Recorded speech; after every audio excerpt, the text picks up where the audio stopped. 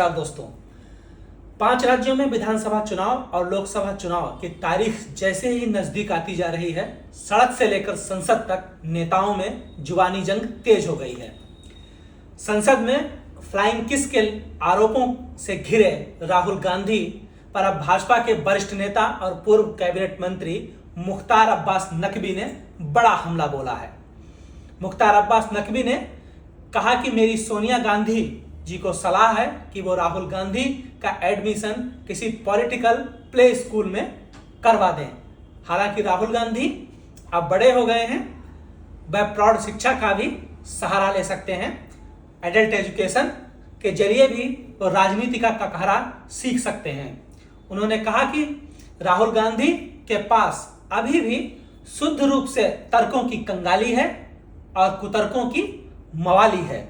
मुख्तार अब्बास नकवी सोमवार को बरेली में विभाजन विभीषिका स्मृति दिवस मौन जुलूस और विचार गोष्ठी में शामिल होने आए थे। इस दौरान उन्होंने कांग्रेस पर भी तीखा हमला बोला। मुख्तार अब्बास नकवी ने कहा कि कांग्रेस की जमीन बंजर है, लेकिन उनके हाथ में अभी भी विभाजन का खंजर है। देखें क्या बोल गए पूर्व कैबिनेट मंत्री मुख्तार अब्बास नकवी।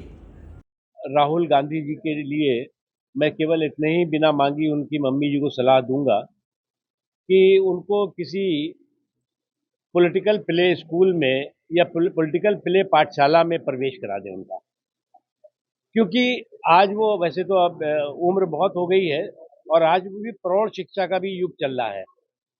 तो अगर वो प्रौढ़ शिक्षा भी ले लें, एडल्ट एजुकेशन जिसे कहते हैं, तो भी कोई हर्ज नहीं, क्योंकि ऐसा लगा था कि इतने दिनों के बाद वो बाहर रह करके जब अंदर आएंगे और कुछ बात तर्कों और तथ्यों के साथ कहेंगे, लेकिन शुद्ध रूप से उनकी तर्कों की कंगाली और कुतर्कों के मवाली जैसी स्थिति दिखाई पड़ी। और उसके साथ ही साथ उन्होंने जो ये घमंडिया जो है वो घराना है, उसका जो है वो घटिया तराना सुनाया, इससे ज्यादा कुछ नहीं। आज जो है वो पूरा देश विभाजन की विभीषिका के स्मृति दिवस के रूप में याद कर रहा है।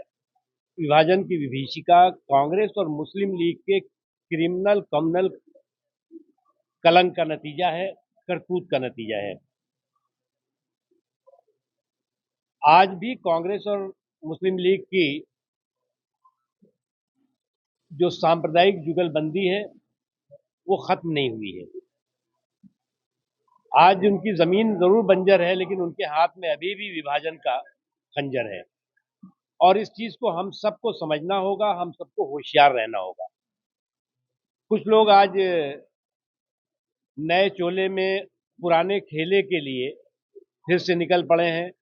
जिन लोगों ने पहले तिरंगे का अपहरण किया, तिरंगे को हाईजैक किया, वो आज